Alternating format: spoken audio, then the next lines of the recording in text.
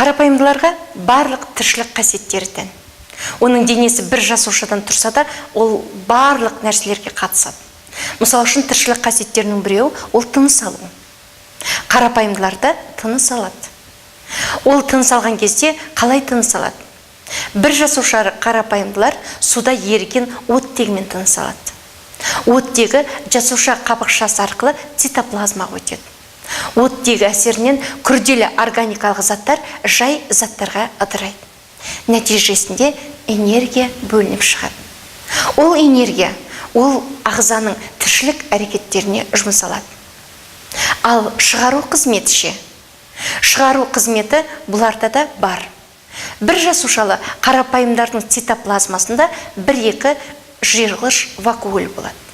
Осы вакуольдерде зиянды қалдық заттардың ертіндісі жиналады. Вакуоль ертінеге толған соң, жасуша жарғақшасына келетте, ол вакуоль жиырылып, артық заттар сыртқа шығып отырады. Жасушада түсілген көмір қышқыл газы дененің қабықшасы арқылы сыртқа шығады. Ал сырттан келетін судың артық мөлшері жиырғыш вакуольдер арқылы бір жасушалардың қабықшасынан сыртқа шығып отырады. Сонда бұл қарапайымдылар тыныс алған кезде суда еріген оттегімен тыныс алады.